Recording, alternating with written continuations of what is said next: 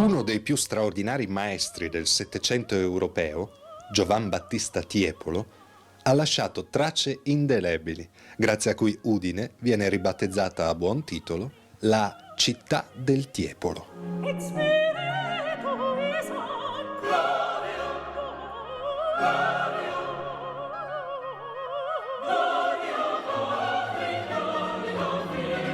Tappe fondamentali nell'itinerario di scoperta del Tiepolo a Udine, partendo dal Duomo, sono l'adiacente Oratorio della Purità,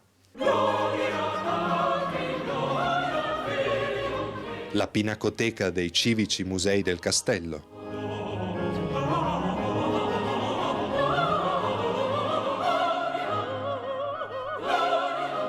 e l'antico Palazzo dei Patriarchi, oggi sede del Museo Diocesano.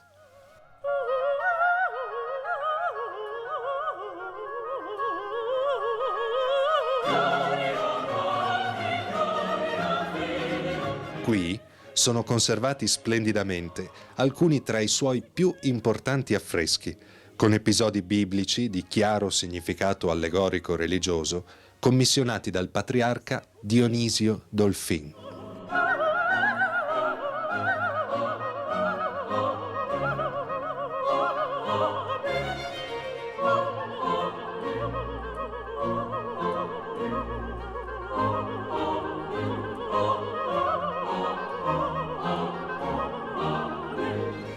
A questo suo patrimonio unico, Udine dedica in corrispondenza della Pentecoste una settimana di visite e approfondimenti.